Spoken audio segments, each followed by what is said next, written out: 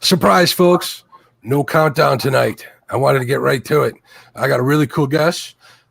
I have Mr. Jeff Manning from Team Reelin The Blues. How you doing, Jeff? I'm doing well. I hope you are. I'm doing good. So I know people ask you this all the time. How did you get the name Team Reelin The Blues? Reelin The Blues. Well, there's a catfish tournaments around this area. Mm-hmm. And, oh Lord, 6-7 years ago, maybe even 10 years ago, everybody was trying to find a name for their catfish team, So for me, I love fishing for blues, and sort of like a, twist on the word feeling the blues. It's Reelin The Blues. There you go. If I had a fishing team, it would be called Team Lucky Once in a While. That's probably something where I would be. All right, we got a bunch of people in chat. We're rocking with 32 people, which is a lot this early on. People seem to join us, so I'm going to go through and say hello to everybody in chat because we really appreciate them. Absolutely. We have a couple crosses fishing. Hello, Betty. How are you? We have Avid Fisherman. What's going on, Avid?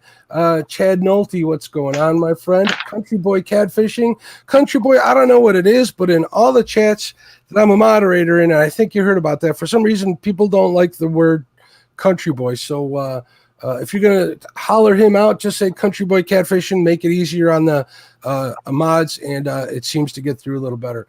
Creole Catfishing, what's going on, Creole? We had a real interesting talk with Creole on the phone today. There might be something down the pipe for next weekend. We'll see if that comes to fruition. I don't want to say it's a sure thing or not, but we're always working here on the channel. Jeff, we're trying to get kind of new and innovative entertainment on the channel. I guess that's what it's called. All right, Finn Secret TV, what's going on, Finn? I don't see Dinks in there, but if Dinks is around, say hello to him too, please, Jeremy. Everybody loves Dinks. He's the man. He's my favorite for Chad's Blue Cat tournament. Did you know about that tournament that Chad's having? I think you should get in there because, between you and Dinks, I can cover my bets on each side. No, obviously it isn't a monetary bet. It's, just smack talk bet. But I think if I put a little on you and a little on Dinks, I think I'm pretty safe. I can cover my bets that way. All right, we got Daniel Ishmael. What's going on, Daniel? Fishing with the Chad. What's going on, Chad? I caught that show on the replay today. I caught some of it last night. Good show last night with Creole and with that other guy that's on there. I forget his name. Making friends. Hooked on D. What's going on, D? How are you? James Dockery. Yeah, that guy. Janice DeMint. Hello, Miss DeMint. How are you? Jason Lamb. What's going on, Jason? John Patrick Jr. JP3. What's going on? Lynn Leeper. Mad Catter. Catfishing, what's going on? My list keeps populating here, so I kind of have to adjust it. Forgive me, guys. Maurice Kaysen, what's going on, Maurice? Mo Creek Fishing, what's going on, Rob? Muskrat Adventures, how you doing, Roger? One Ton Fishing Club, what's going on? Art Hayes from Outdoor with the Hayes, Papa Ed. Parker Pursuits, what's going on, my friend? Patriot Catfishers of America, Mr. James Smith. So, James. What's going on? Did he send you a copy of the rules and stuff for the tournament this year? I got my copy. I got that today too. Quick tip, if you open it on your computer, it doesn't work as well as if you open it on your phone. It works perfect on your phone. So if you get that from James, make sure you look at it. You don't want to miss that stuff. That's going to be a great tournament for a great cause. Stonefly 71. Tim Molina, what's going on, Tim? Waters Lawn Care, welcome back. Willard Young, scroll through this. Ace Catfishing, what's going on, Greg? Buckeye Catfishing. Norm from Catfish Headhunters, what's going on, Norm? I hope your wrist is doing better. Norm had a nasty slip. He posted pictures of that, and his hand was swollen and looked almost like a potato. And I don't mean that in a bad way, just as in a descriptive way. Let's see if I missed anybody. Daniel Ishmael. All right, I think I got somebody so far. If I see other people pop up in chat, that'll be great. I do have one announcement to make. Guess who texted me right before we went live, Jeff? Texted you. I don't know. Dieter Melhorn, maybe? No, not yet. Not today. Maybe Dieter will text me one of these days when I get big and famous. Maybe you can drop a few kind words for me with Dieter. There you go. I'll pass his number on to you, and you just bug him. just as famous in my eyes, Quentin Robbins from Mid-South Outdoors, who was a guest on my show last week. And Quentin shared some news with me about the winner of last week's contest, but I'm going to make you guys wait until the very end. So hold on, enjoy the show, and we'll make sure that the winner, here's a hint, the winner is in chat. Talk about keeping them here, huh? There you go. That's one way. That's how it's done. That's how it's done in show business. I did see Skip come in. What's going on, Skip? How are you? All right. Jeff, your channel, team. Oh, you know what? I'm going to fix this so we can get a better view of us. It works a little better this way. We're starting to find out. There we go. Your channel, team, Reelin The Blues. It's got a lot of content. I've been watching for a long time, even well before I became, Catfish and Crappie. My other login was just my name, or actually I had a couple of like usernames that I've used over the past, and I've always liked this stuff. And I got notification not too long ago about your boat build. Can you tell me what the boat is, how you picked it up, and what like your plans are going forward with the boat? I mean, what's the end goal? Let's start there. Well, for me, it's just a hobby. It gives me something to do. I love tinkering with old boats. I know you've seen my old 1974 Starcraft.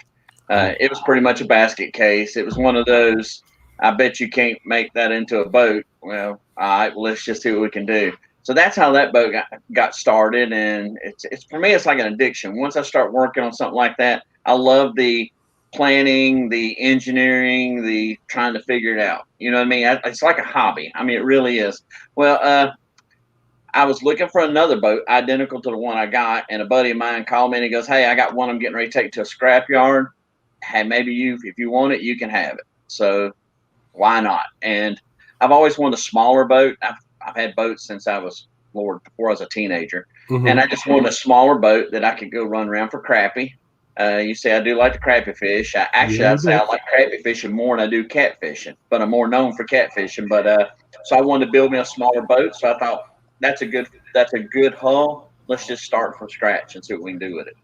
Perfect. I know you had mentioned that in your video that you wanted to make sure that you had it all titled and in your name. Hold on, let me wake my bulldog up here. Wake up. That's not my stomach, that's my bulldog. She lives behind us and she's at every show. So in case you're wondering what that noise is, if she starts sleeping, she's been running around with me all day. So she's pretty pooped, to say the least. All right, back to the question. So what did you have to go through to get that boat titled? Well, lucky enough, the guy I got it from actually pretty much was a partner in a marina, and it was a boat that a guy brought in to have service, and they fixed the motor, got everything running good, put the motor, went to go water test it, backed it into the water, ran it around for a little bit, and said, "We need to hurry and get this thing back on a trailer. It's leaking." And they got it back on a trailer. The guy seen how much work was involved in putting the boat back together, and he was able to sign the title over. So that was a real easy one. Now, I have had other boats with no title, and I'm going to tell you, if you get a boat with no title in North Carolina, you're looking at probably 2 months, 3 months of paperwork. And it's just a ping pong match. You got to fill out this, send it in. I mean, I had a boat that belonged to a woman that had been dead for 15 years. Wow. And I had to pretty much send her a letter and ask her if it was okay for me to title the boat. She'd been dead for 15 years, but by law, I had to send a letter to her last known address. And I even sent, I sent DNR a copy of her death certificate, and they're like, "Don't matter. You gotta dot those I's and cross those T's. Send it to her address, and when they send it back, you can title the boat." Gotcha. That kind of makes sense. They kind of want to follow through the motions rather than change the laws and add another layer of procedure. So actually, as silly as it sounds, it's probably somebody actually in government using their brains, which doesn't happen too often, but I get it. I know in Illinois, it's relatively the same. I've heard some friends of mine go through the same process, and I had one that recently just went through it, and with COVID, forget about it. They've been waiting 6 months already, and they haven't heard back. So good thing that you were able to. How long did it take you? Before I say good thing you got it taken care of so quickly. Well, the one of course, the one that I had the title took 5 days. I had my title and paperwork. It was no big deal. Now the one that the lady had died, I think actually from the day I started it to the day I actually got the title in the mail was about 5 months. And that was because I was actually dealing across state lines too. I was dealing with South Carolina, which is the worst nightmare in the world. If anybody ever sells you a boat, if anybody listening, if you ever get a boat from South Carolina without a title, don't even just walk away. Unless it's a most awesome deal you've ever seen, just walk away. Or a dream boat or something like that, or a deal you can't pass up. I imagine it would be difficult. Yeah. All right, and I know right now in your build, I'm trying to ask you some questions without spoiling, the videos and getting people over there to check it out. Actually, below I have obviously links to Jeff's channel, but not only that, I put a link to the actual playlist, and I imagine you'll be adding to that playlist as the boat build continues, correct? Oh yeah, I've actually got like 5 more videos already pretty much done. Okay. And I'm just waiting. I'm only going to release about once a week. And what I'm trying to do is I'm trying to release a video of me actually doing something to the boat. But I'm also I'm trying to release a video showing something related to what I'm doing to the boat, but not actually me doing it to the boat. And what I mean by that is I got a video coming out pretty soon of how to do rivets if you got a leaky rivet in your boat. Those solid rivets, everybody's scared to death of them, and it's actually one of the simplest things in the world to fix. I mean, they are just super simple. This boat here, the tracker, I'm going to end up putting about 100 in it, but I'm adding 100. It wasn't 100 were bad in the hull, but essentially you'll see in the videos, the back of the boat, if you shine the light through it, it looked like the night sky because it had about 200 holes in it. That's why it was taking on water so bad. But, not everybody has a welder. And what's bad is everything I do, I mean, pretty much any project I do that has anything to do with a boat or building live wells or building rod racks, I try to build it as if I had the same tools that most people do. I've got a welder. I can weld aluminum. I've got 5 welders. So, I've got metal brakes. I've got all that stuff. But what I try to do when I do a project is I try to use basic hand tools and prove that it can be done with basic hand tools. I'm replacing the entire back of this boat. And essentially, the only thing I've used is a drill, a skill saw, and I've used a jigsaw, essentially. And I'm going to put a whole new rear end in this boat without ever having to fire up a welder. Real quick before we get back to the transit, before I forget, the first video I saw of yours was of your no weld rod rack. Right. And I saw that and I was like, you know what? I know how to stick weld. I don't have a welder. It's been a long time since I did it, and I always wanted a rod rack, and that's what gravitated. I subscribed right away when I saw that, and I want to, compliment you on actually making a video like that the everyday person can use, and if you can figure out how to use a tape measure and a hacksaw if you have to, you'd be able to do projects like that. So mega kudos on that. And they look as good as the new welded stuff. I mean, they look just as good. It looked fantastic. It was really cool. It looked really sturdy. My only problem with that is the scrap yards here, because I live outside of Chicago. It's hard to get lead. It's hard to get decent scrap aluminum around here because everybody takes it up. It's all spoken for right away. But that doesn't mean that I didn't love it. And if you're in an area where you can get your hands on that material, definitely check that video out. Anything they should search on when they go to your channel to get to that one specifically? Probably just rod rack, maybe. I think it's just no weld rod rack. No weld rod rack. I believe that's how it's actually listed. Now back to that dirty word, transom. People hear bad transom and I know I'm kind of freaked out. I mean, every time on my boat, I had one little bubble on there and I started to panic. I'm like, oh no, is this the beginning of the end? But you seem to handle it like it's no big deal. You got that thing apart. Like you said, you're shining the light through there. What's the basics behind a transom? And is it just that your experience level makes you not worry about it as much, or is it really not as big a deal as I'm making it out to be? Well, it's one of those things, but it may be because of the fact I've redone so many through the years, because that's how I pick up a lot of boats cheap, especially aluminum boats. Now, if it's a fiberglass boat and the transom's gone, I'll just wave at you and say, no, thank you. You can take it on down the road. But the aluminum boats, it's really just a simple procedure to switch them out. Now, the problem is just getting it out is the hardest part. But like I say, I've done it so many times. It's pretty much I can do it with my eyes closed. But a lot of people panic because it's the transom. It holds the motor, and all that good stuff.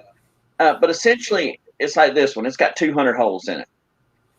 I mean, structurally, it's doing its job. Even with 200 holes in it, it can't flex out and it can't flex forward because that's what the wood's in there for. So essentially, if you can fill the holes, the transom's fine. Cracks is the only time you really get into an issue where, oh my God, we've got a major issue here. But essentially, it's the same thing for me. I'm just putting a new skin on the inside, a new skin on the outside, and I'm not using a welder for any of it. I'm going to use an epoxy bonding agent. And I'm telling you, you'll see in the video, I actually temporated it on, put all my epoxy on, screwed the inner skin in using just regular screws. I broke 9 screw bits trying to take the screws out. And the only reason why is this bonding agent had glued the head of the screw, not really the threads, it had glued the head to it. And I was breaking bits trying to get these little tiny screws out. So once you put a big panel in with that stuff, it's never going anywhere. As long as it doesn't leak, you'll be all right, correct? As long as it don't leak, you're fine. All right, some more people came in the chat. Let's see if I can find them in the list of stuff here. Let's see. Creole and Fishing with Big Mike, what's going on? Fishing Texomaland, how are you? Welcome. Greenwell Fishing, what's up, Bump and Mike? Lynn Leeper. Kyle Morris. Oh, Kyle from One Ton Fishing Club. What's going on, Kyle? We don't get a chance to see Kyle too often, but thanks for checking it out. Palmetto Cats. What's going on, Kevin? Randall Wade. I don't think I said hello to. And Sunfish King. And my friend, the Flatty Daddies. What's going on, Corey? Corey is somebody that's been on the show. He's had a YouTube channel for a while now, a couple years, if I'm not mistaken. Forgive me, Corey. And he just grinded it out, and he finally reached that 1K, not for lack of having good content. He's like one of them hidden gems on YouTube. I bet you he wishes he wasn't. But if someone could post a link to Corey's channel in chat, that would be great. I'm sure everybody here already is sub to him, but if not, check him out. Like I said, he's a hidden gem. All right, so and that epoxy, that'll hold just as good as a weld, like on the ends and on the bottom. Well, you got to think a lot of manufacturers, like these supercars, they have the aluminum frames and stuff like that. Yes, they're not welded. They're epoxy bonded, and the reason why is it gives it a little bit more flex. The problem with a weld, especially if you have a riveted boat. I mean, you look at all your airplanes. Airplanes are riveted. There's a reason why they're riveted. It allows them to expand, contract. They can take the abuse of bouncing around. Where a welded thing, the weld is always harder than the parent material. Right. So what happens is parent material flexes, weld don't, and that gives you a tension spot, and it ends up cracking. So I don't like to weld riveted boats unless I absolutely have to. And like I say, with this bonding agent, you're never going to separate those two pieces. Once you put them together, it's a chemical bond. I mean, it's literally, I have took pieces and put them together and tried to pull them apart. I mean, I used it, doing all kinds of test stuff where I actually put it on a boat. You can't separate it. Once it bonds and cures, it's permanent. It's there forever. Very cool. And do you mind sharing with us exactly what kind of epoxy you use on that? Well, it's readily available. It's West Systems, West Marine. You can get it on Amazon. It's called G-Flex. And I mean, I'm gonna tell you how good this stuff is. And I mean, like I said, I'm not sponsored by them. They don't give me any free products, nothing. I have to pay full price like everybody else, but I go through a gallon of this stuff. But you can take a kayak, a plastic kayak, and you can put it back together with this stuff and it will not separate again. I mean, it just tells you you can bond plastic, you can bond wood, you can bond metal. All you got to do is scratch the surface, give that stuff something you can bite into. Once it cures, it's forever. Now, is that something that'll hang around? No, this is a self-serving question because I'm trying to figure out how much of this stuff I want to order. Is that something that goes bad, or is that something I can keep in my garage for a while? As long as it's sealed up, it lasts a pretty good while, and they make it in so many different sizes. I mean, it's not a cheap product by no means. I mean, 2 small tubes is going to run you about $29, but you can do most small projects with it. I bought half a gallon of it, 2 1-quart containers, and it's a simple product. It's 1-in-1.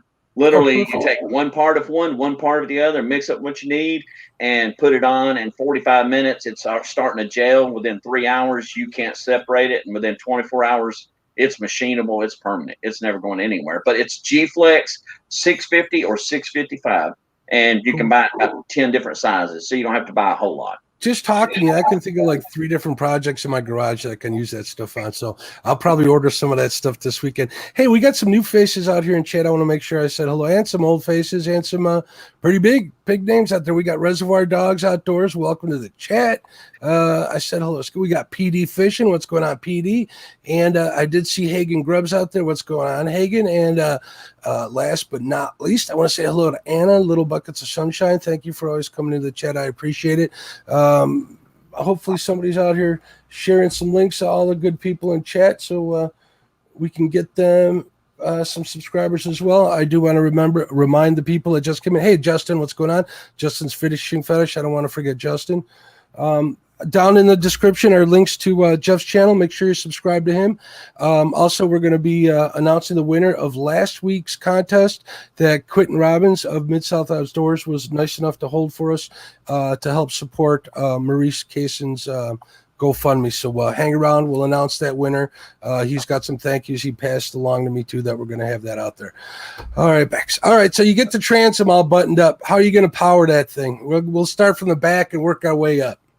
Well, the plan right now is we're going to go back with a 4-stroke motor, and we just ain't decided what size. I mean, it's not going to be I don't want a speedboat because I was going to build it to sell, and my son-in-law was like, that would be a perfect size to take, that he would feel comfortable taking the grandkids out crappie fishing and stuff like that. And I told him, okay, well, since I'll build the boat, you buy a motor for it, it's yours. And that way you and the grandkids have a boat. I mean, I have nothing in it. It's good content for my channel. And that's pretty much what I was building it for, to kind of, like I say, just to give me some good content and show people how to do it. But I thought, well, I'll give it to him. His name's Phoenix, my grandson. So that's what it's going to be. It's going to be the Phoenix Project. Since we're tell me, it doesn't feel pretty good for somebody to say, Grandpa made this for me, right? Bingo. There you go. Heck yeah, I can relate with that. That's awesome. It's always good when my nieces and nephews say, my Uncle Mark did this or took me here or there. So trust me, I get it. So what kind of so for what size do you think he's going to max that out at? What, like a 40? Oh no, it's that one there's rated up to a 90. A 90, okay. And you said a 4-cycle. How do you like 4 cycles compared to 2 cycles? You and I have been around enough to know what a 2 cycle is really like, and I've had a little experience with my 4-cycle. What's your opinion on those? For me, I've always owned 2-strokes, always. But when gas prices went up, I said, I'm gonna buy me a 4-stroke. I want something that's quiet. I don't have to mix oil. I'll never go back. I'll never go back. I mean, I went from an average tournament like on Wiley. I was burning 18 to 20 gallons during an average catfish tournament. With this 4-stroke, I burn about 6. Running the same distances, the same places, and I'm burning about a third of the gas. It's quiet. You can actually talk while you're moving along. You don't have, and the power is just ridiculous. I love the smell of a 2-stroke, but you know what? I got a small 16-foot boat with a 40 horsepower 4-cycle, right? I got 6-gallon gas tank. I can make three fishing outings with 6 gallons of gasoline in that thing. Yeah, and when I first put that on mine, I'm like, the gas hand's not working. There's no way this thing is. There's no way it's working. So I was stopping and filling it up with gas, and it's holding, like say, it was holding 5 gallons, and I'm expecting it to hold 20, and I'm like, okay, that's just it. Don't make sense. But yeah, I love my 4-stroke, and I got a Suzuki. It's a 140. And it's got a lot of good power. My other boat's a 21-footer with a cuddy cabin on it, or with a pilot house. Pilot house, right? And like I say, I can run 42 to 45 depending on the condition. If I'm by myself, I can easily run 44, pretty much in any condition. But fully loaded, I still run between 39 and 42. And when I say fully loaded, I'm talking 2 people, a 100-gallon live well in the front field, a 50-gallon live well in the back field. And I only drop about 3 to 4 mile an hour. Yeah, so water, that's 9 pounds. 9 pounds a gallon. That adds up quick when you're talking 150 gallons of it. That's a lot of weight. So Very cool. We'll get to your other boat in a minute here. So yeah, you're thinking about going with a 4-stroke. What about the controls and stuff? You going to go with a center console, side console? Have you decided? Are you going to stick with the side console or what? I think we're gonna pretty much re-engineer the entire inside of it. I'm gonna go with shorter rod box. It has rod boxes on both sides. I'm gonna get rid of those. I'm gonna put 2 smaller live wells in it. Like I said, it's not gonna be a catfish boat, so I'm gonna back the live wells back a little bit. It's got a side console now. More than likely, what I'm gonna do is I'm gonna put a smaller consoles, but we're gonna do a split. We're gonna put a console on both sides. Probably gonna do a full windshield, full, with an opening in the middle. And more than likely, I'm probably going to build a convertible hardtop for it. So nice. I'm going to probably build the windshields to where looks like a standard, a traditional boat. Well, looks more like what you see now, like the boats you'll see in Oregon and stuff, straight windshield, like the Monster Catfish, small version. And then I'm going to make a hardtop and have a removable hardtop for it. That way, when it's raining, go out there, put 3 pins in, and drop the hardtop on it and go fishing. Very cool. Keep the rain off your head in the sun as well, right? Absolutely. If I didn't have to deal with the weather up here, and I don't like fishing in the rain. I worked outside for like 13 years. That was enough. The elements, I can handle them. I go ice fishing and stuff, but I dress for it. I really don't want to have too much fun in the summer in the rain or in the sun or the heat. So if I wasn't that way, I'd get myself a tiller. But I don't think that's ever going to happen, not at my age. I think those days are gone, Jeff, between you and I.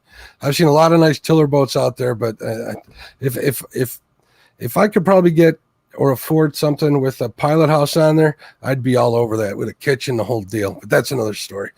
All right, so that thing's going to end up looking pretty cool. You're going to what kind of treatments are you going to do on the inside besides? Well, actually, let me take a step back here. Are you going to use the same kind of toolbox type controls that you well, if you don't know, on his boat, I don't mean to, I like the video that much. He turned a toolbox into his center console. Am I correct? Yep. I mean, everybody was building live wells out of them. That was genius. That was cool. So are you going to use the same kind of project for this boat, or are you going to make us wait to see? Well, believe it or not, I'd actually thought about it because I've had 2 or 3 people message me and ask me exactly how I done it. Because and what's bad is it's one of those things. I do a lot of stuff when I'm building something, and then I go, "Wow!" When I get done, I'm like, "I don't think I could replicate that." I didn't have no clue when I went into it. When I built my pilot house on my boat, I've looked at it after I made the video, showing everybody, about it. I'm like, I don't think I could replicate it. I really don't know if I could go out there and build the exact same thing again. But that toolbox is such an easy build. I'm going to try to make one, if nothing else, just for people to see how easy it was. It takes literally 20 minutes. I was done with it, essentially. The video would be way longer than it actually took to do it, put it that way. Yeah. I'm probably going to do something smaller. I'm thinking, I'm going to try to build this boat with as little in the way as I can. That's kind of my style. I don't like a boat that has a bunch of stuff in the floor. I'm the same way. I keep going back to my other boat. It's got no seats. It's got plastic chairs. But this one's going to have nice seats and stuff when I get done. But there you go. Yeah, it's a work in progress. You know how it is. I spend more time sitting on the back of the boat staring at it than I do working most of the time. And then once the light goes off, ain't that the truth? Quit thinking. Same way when I'm working on a project or something, I spend more time, drinking iced tea or a pop or something, looking at what I have done or need to do, and it's all part of it. All right, so we're gonna, as far as your post goes, let's not give any more secrets. I want to remind everybody that I do have a link to Jeff's channel below in the description. I also have a link directly to the playlist that he's building as he releases these weekly episodes out on the rebuild. But in the meantime, when you're waiting between episodes, check out a lot of Jeff's other content. Like I had already mentioned, that no weld. I know Hagen's out here. He builds a real nice rod rack. He does everything pretty good with that welder. Mega kudos to him on that. But for the people who aren't, professional welders or skilled welders, I think you really hit a home run with a lot of the projects that you have on there. So cool stuff. I'm trying to think of some of the other videos offhand. I've been pressed for time. I meant to go through. I know you have some sinker videos, correct? I do. How to make pencil sinkers. What other ones are your favorites that stand out to you to share with the people? I think one of the videos that a lot of people like is the one about how to build your own live well out of the PVC, out of the PVC plywood. I get a lot of views on that, but the sinker video gets a lot of play. I mean, it's one of those that just every month I look at it and go, wow, it got more than it did. It gets more a month now than it did in the first year that it was out. Now, for some reason, those videos just explode for some reason. So that's one of those good videos, but it's just a fun project. Again, I've got a sinker mold for making those stick weights. But I was like, it'd be kind of cool. I wonder if I can make my own mold and make as big a sinker as I want. And that's how that whole, like I say, a lot of the stuff that I do, it's just one of those things where I'm just like, let's just see if we can do it. It ought to be kind of fun. Or if you need something, or if I want to talk to somebody, I like to have them on my show and do an interview with them. This is how I get to meet people. So thank you for doing the show, but I get it. You did a bait tank video as well, correct? I did. I remember you had that big round bait tank. Is that a stock tank that you used for that, or? No, that was actually a fiberglass form used for like on bridges. The round. Okay. When they pour the concrete around all the supports, they use these fiberglass forms and they pour them full of concrete. Mm-hmm. Well, there was we had some left on a job site. It was 4 foot across, and I'm like, I can just fiberglass in the end in this thing and have a live well that literally, or a bait tank that could withstand 50,000 pounds of pressure like I need it. But hey, why not? Very cool. All right, guys. If you guys have any questions out there in chat, I'll try and keep my eyes on there. I'll be happy to ask them to Jeff. We're going to start talking a little bit about the Lake Wiley record catfish. I'm sure you get asked about this so much that you don't want to, you get tired of answering it, but you know what? I want to hear it. I know the people out in chat, so we're going to bother you about that story again. Tell us about that Lake Wiley record. Well, that was all my best fishing trips have been the fishing trips where I'm just like hanging around the house and go, I'm going fishing. You know what I mean? If I plan a trip, it's always going to be garbage for the most part. But again, that was when I had a 2-stroke outboard. We just fished a tournament. The motor died on me halfway back to the boat ramp. So that next weekend, I got out there fixing the motor. I cleaned all the carburetors and everything. I was like, I wonder how the boat's running. Let's go to the lake. I actually had 4 or 5 perch left in the tank. Went to the lake, set up, started throwing rods out. I got the first 4 rods out, and I looked and I had one. And I'm a big bait man. I love to put bait out the size of my hand or bigger. And just so happened there's one little piece of belly flap laying there on the cutting board. I'm like, I'm not going to get skunked. I ain't been skunked on the water in 20 years. I'm impressed. So I'm like, I'm going to catch a fish. So I hooked that piece of belly flap on there and I throwed it out and set it in a holder. And I'm thinking I'm going to catch a perch. I'm going to catch a cat, small channel cat. Sat down, looked down at my feet and was, organizing everything. Really didn't have the dip net out yet. And looked up and that rod was already just buried. It was just gone. And it was the one that the 82 pounder was on. Literally, he had to have hit it on the fall. Really? Hit him right in the head. So you did cast and you were anchored up? I was anchored up, heavy current, the whole 9 yards. That's why I had to pull the anchors. That's why I got so excited when I finally got him in the boat, because he had actually wrapped around everything. I mean, the video starts about 8 minutes into it, and I'm one of those people. I mean, I don't really bear down on a fish, but I mean, I put pressure on him. But literally for 8 minutes, all I could do was just stand there with the rod, throw him on the spool, and just kind of slowly letting him, spool me, because in heavy current with fish that size, and I only use 20-pound test line. I'm not one of these guys that like 100-pound braid. I think the fish should win. If the fish can't win, there's really no excitement to it for me. So I bet you there's some people. There's some people in chat who probably argue that with you, but hey, it's your fishing trip, not theirs. That's the way I look at it. And you know what? I started out using 20-pound mono all the time, and I never had it break. I mean, I bumped up to, I think, 40-pound mono at one point, and that was right before I switched over to braid, and I broke 2 rods getting out of snags with 40-pound mono. It's one of the reasons stretch to me doesn't work good in shallow water conditions. And it doesn't work well with the hooks I do, and I also don't like getting them out of snags. It's a pain in the butt. And I only use a 6500, so you can't break 20-pound test line with a 6500. Well, unless you put your thumb on the spool and you wrap it around the reel, you can do it, but you're not going to break it with a standard drag. That is true. Usually what I'll do is I'll use my bait net and that. But then again, I don't want to get into how I broke those 2 rods. Once, is a mistake. Twice is my fault. Catfish Katie Collins is here. What's going on, Katie? Thanks for making it.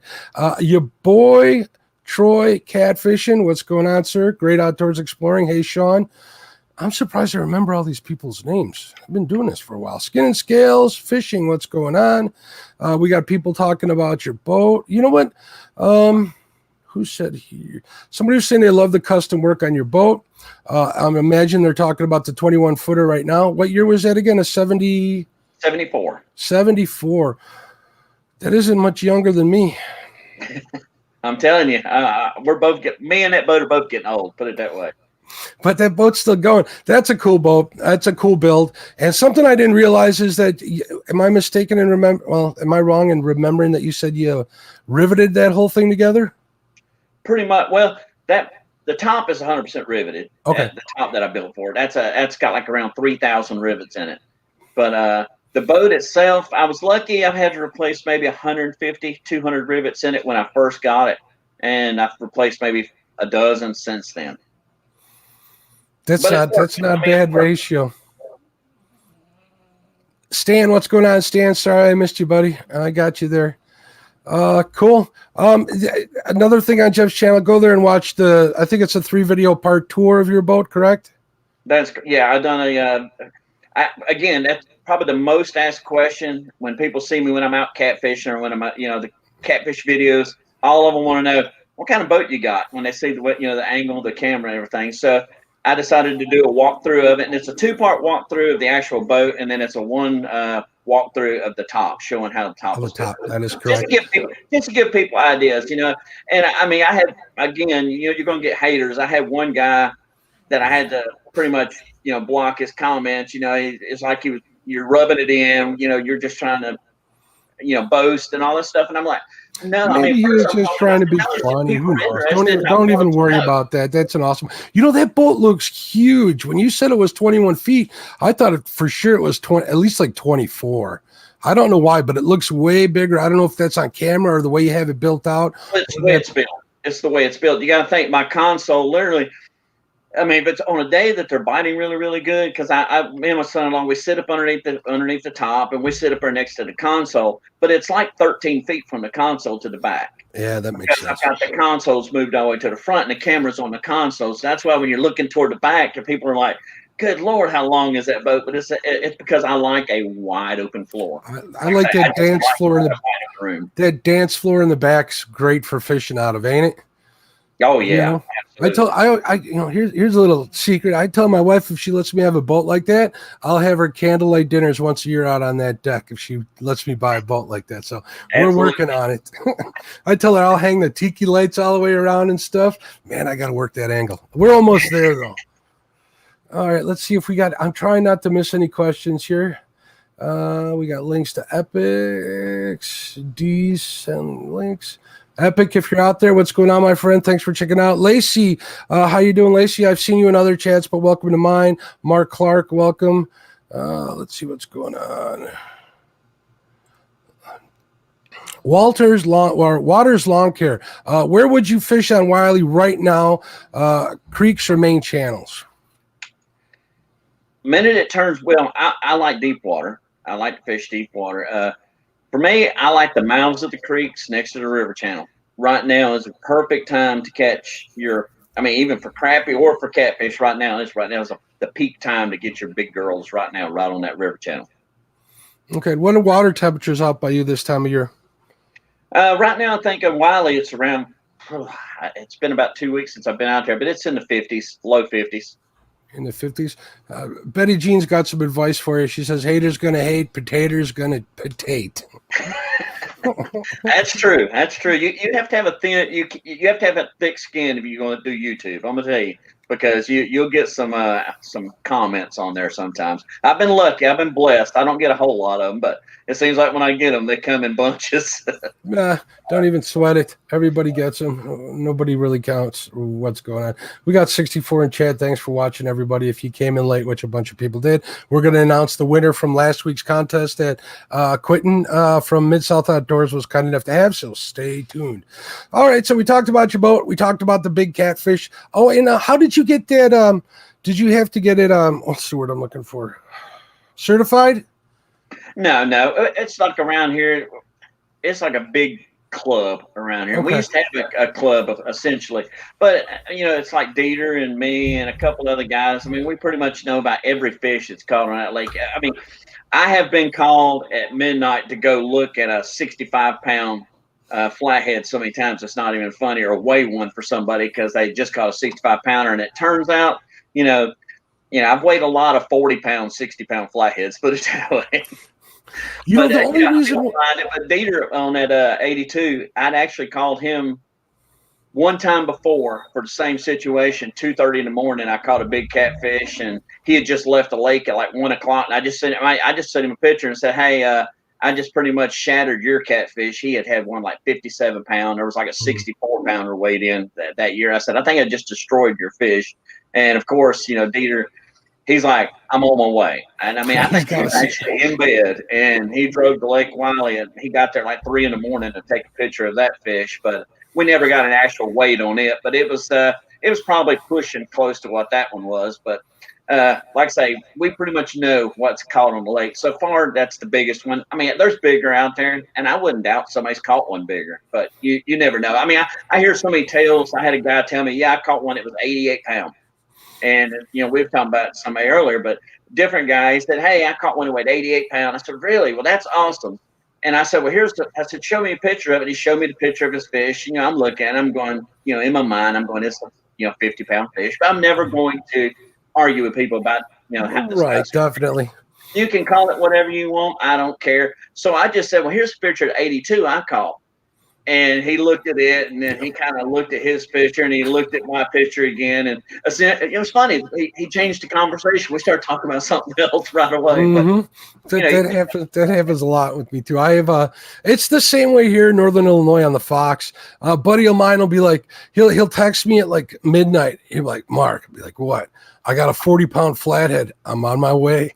I'm heading out there to see this fish." They're keeping it in the net, trying to keep it alive and stuff. But yeah, I think it's the same way everywhere you go. If you got good friends that are really into the sport and stuff, man, it's good to be there for one another and not just talk smack. It's you got to see a big fish. I don't care who you are or who catches it. I want to see a big fish, and I can totally admire that in you guys. And I know you guys all hang out and give each other a bunch of business. So it's kind of cool that whole area is giving birth to a lot of YouTubers. What do you think? Is it something in the water? What is it? I don't really know. I mean, I've had my channel forever. I mean, I think, God, I'm not even sure. I think I've had my channel since like 2007, maybe even earlier. Wow. I don't know. That's the birth of it. But it was never it was never intended for me to actually just build a channel. My mother, who used to fish with me, and I've made comments on some of my videos. Me and her, she could outfish. There's not a man on this feed right now that could outfish her when it comes to time on the water. I mean, she killed me from the time I was 20 to the time she passed. She would run me in the ground. I mean, I'd be crying, uncle, be making up stuff to tell her boat's broke, we can't go. And she was 70 years old, and we'd fish the whole winter. When she come down at Christmas, we fished the whole time. But I would take and do the videos, put them on YouTube, because all of her brothers and sisters lived in Missouri. Okay. And we used to fish off the riverbanks of the Mississippi River, carry a cast iron pot, and we would all catch them, clean them in the muddy Mississippi, and they would be throwing in the grease, still twitching. I mean, we done it as a family, I mean, it was like every Saturday, every Friday. I mean, it was, it's one of those memories now when I smell a fire, out on the lake. It reminds you of that, doesn't it? Fire burning, and I mean, I literally looked straight at my son and I go, "Man, I'm 13 again. I mean, I'm on the riverbank. I can smell that smell. The fish are cooking. But I done that so that her brothers and sisters could watch her fish, do something that she loved to do, come up into her, like say, into her 70s. Very cool. Yeah, I'm this YouTube channel right it's there. like certain things in life, either it's something you see out of the corner of your eye, or a smell or a taste takes you back to good, not that you're not having good times now, but takes you back to other good times, which is pretty cool. Real quick, Buckeye Catfish wants to ask you, where would you fish on Wiley in April? I tell everybody, like, for me, I'm gonna go back. I'm a crappie fisherman. I love to crappie fish. For me, I do essentially my catfish and my crappie fishing are the exact same spots. I just use bigger tackle for the catfish. Mm-hmm. So for me, when it starts to get into that time of year, my first thing I'm going to do is the crappie are moving, the catfish are moving too. They're right there with them. So because the crappie are moving, they're chasing bait. Catfish are moving, they're chasing bait. And crappie. They're chasing bait. So yeah. I tell everybody, I think that's why I'm such a good anchor fisherman, because I'm used to going up and finding a Christmas tree in 25 foot of water with an old blinker, graph, and I could find that tree and sit there and bounce, a jig off of it. Catfishing, same thing. In April, I'm going to start getting a little closer and a little further up in the mouths of the creeks, where a little bit later I'm going to be out in the deeper water hanging off the ledges. Minute that first warm spell happens in April and everything's starting to move, I'll get up on that first flat next to it. And that's where you're going to find the concentration of fish. You're still going to have them big girls off the bottom, laying in that deep water. But you'll start getting them concentration in numbers moving their way up in the creeks. And, by the end of April, you're catching them at 2 feet of water. We can catch them at 2 feet of water now, but there's a good concentration for them right then. Cool. I wanted to talk a little bit. I want to make sure I don't miss anything. Hey, what's going on, Ryan? It's Send Hooks and Crossing Eyes. What's going on, buddy? I got to meet him in person for the first time this week. He's a good man. He picked up some of Patriot James bobbers that he had mailed to me to give to Ryan, so he picked them up today. He also got the last catfish and crappie toboggan or beanie wherever you live, and you guys even sell those hats out by you? The knit hats? The caps? No. I'm just giving you a hard time. I'm jealous. I'm a hater because I'm jealous, and that's about the weather. So yeah, because we're having a real bad weather right now. It got down to like 35 today. I'm telling you. 35 is this. I'm ice fishing in this hoodie right here. It's all what you're used to. Let's see. Definitely. Hagen says everyone wants to be a Dieter Melhorn. He says he's kidding. See, you never know when your comments are going to get highlighted. Let's see. There you go. Mamas are the best fishing, buddy. Amen to that. Absolutely. My mom is the best at cleaning fish. She gets mad at me when I bring her fillet. She's like, just bring me the whole fish. I'm like, you got it, Mom, no problem.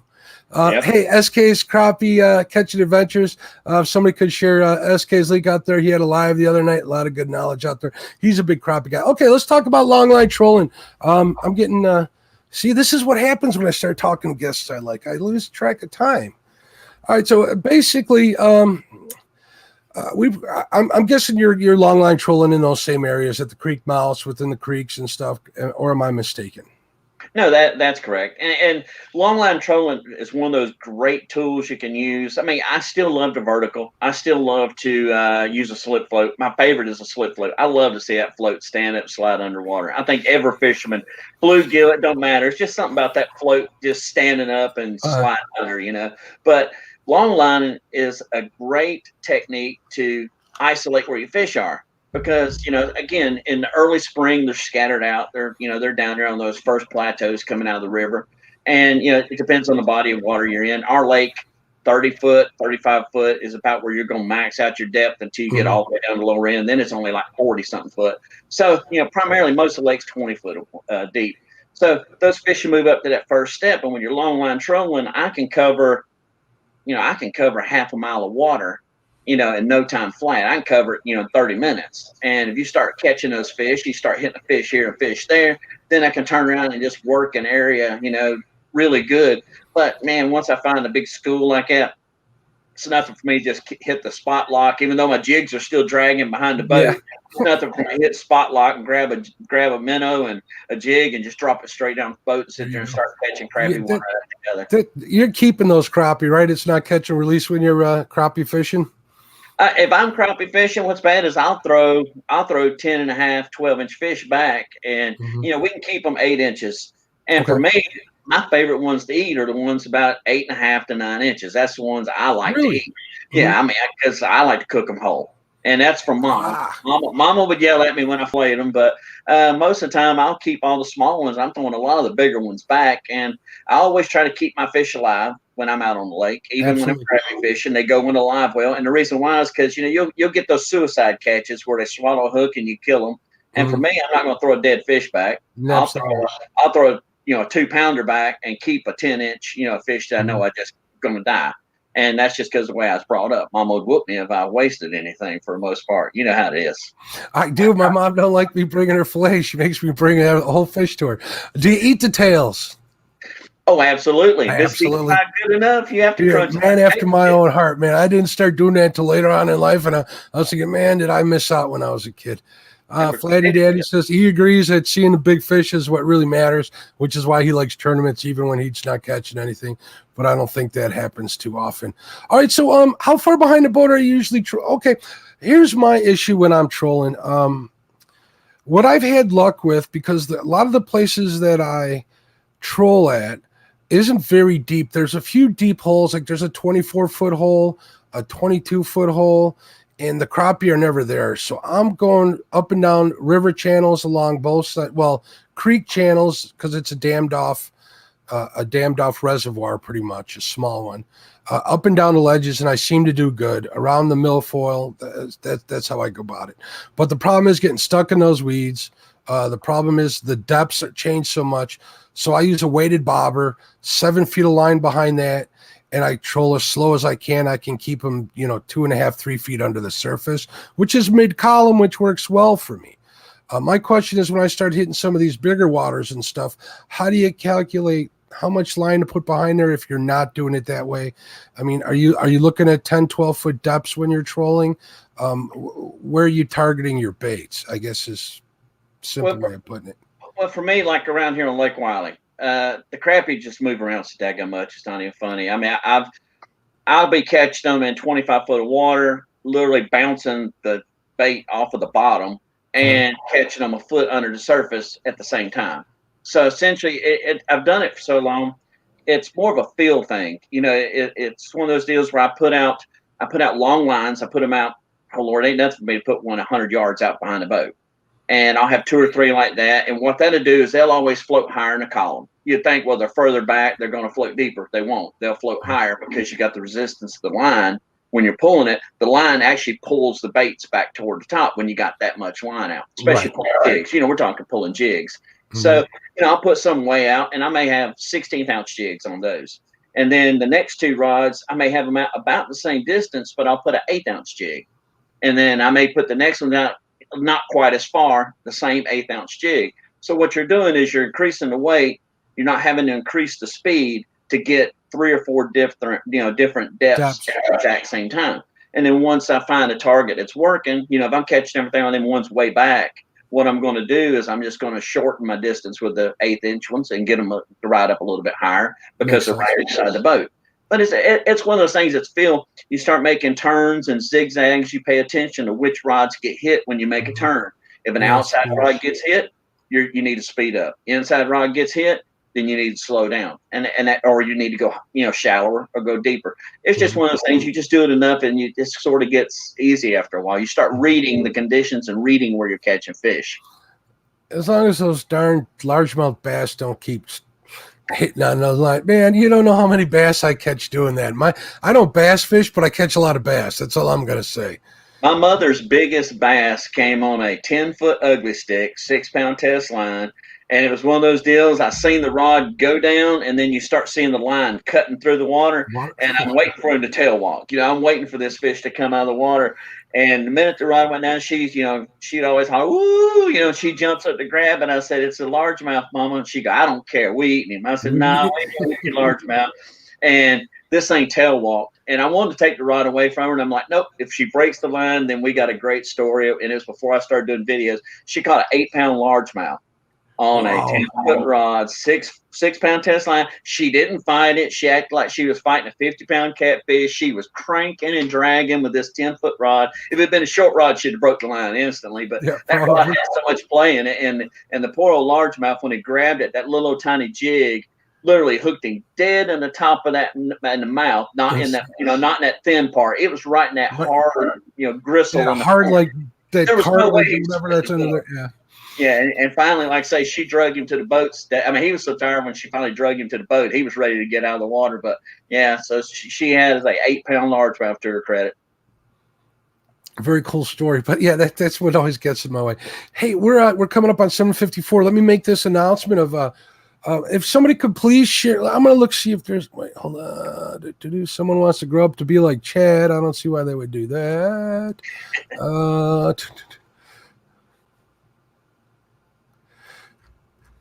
Jim Catman Clark, welcome to the chat. He's just getting here. Hopefully I didn't miss anybody. I want to thank everybody for tuning in. We do have 70 people in chat. How's that, Jeff? We're doing pretty good. That's not too bad for a Friday night. I'm happy with that.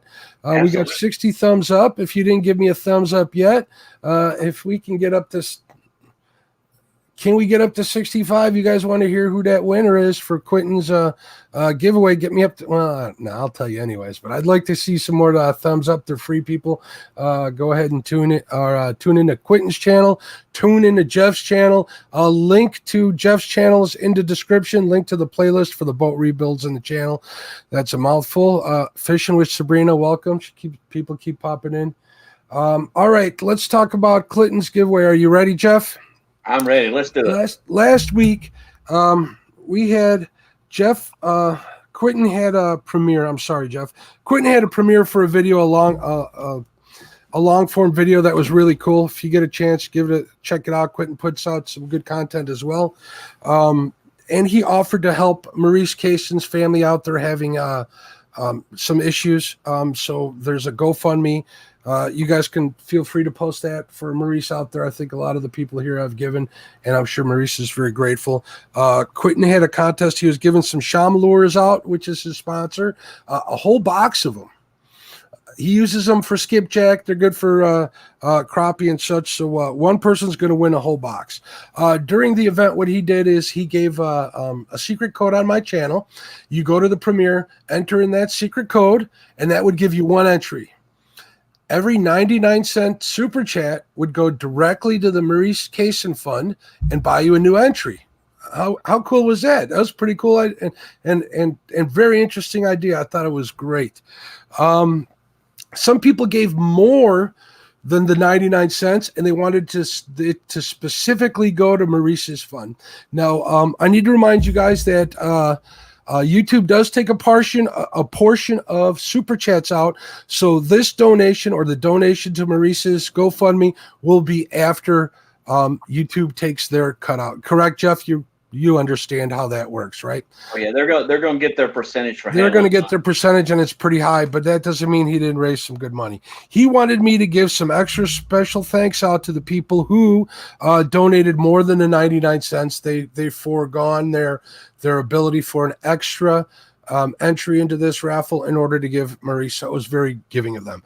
He wants to say special thanks to Avid Fisherman, Catfish or Creole Catfishing, Hooked on D, Palmetto Cats, Justin's Fishing Fetish, Big Mike, Uncle Josh, and everyone who not only contributed to this event, but has supported my channel for over the past 3 years. Our winner is, you guys ready in chat? The winner is, you guys aren't going to believe me, I might get stoned for this, is Get Hooked on D Fishing. D, you won another one. She wins like all of them. Her and Betty are like the giveaway champions. D wins a Shamalures, a box of jigs. D, I will give you Quentin's. Everybody is going crazy. I told you they would.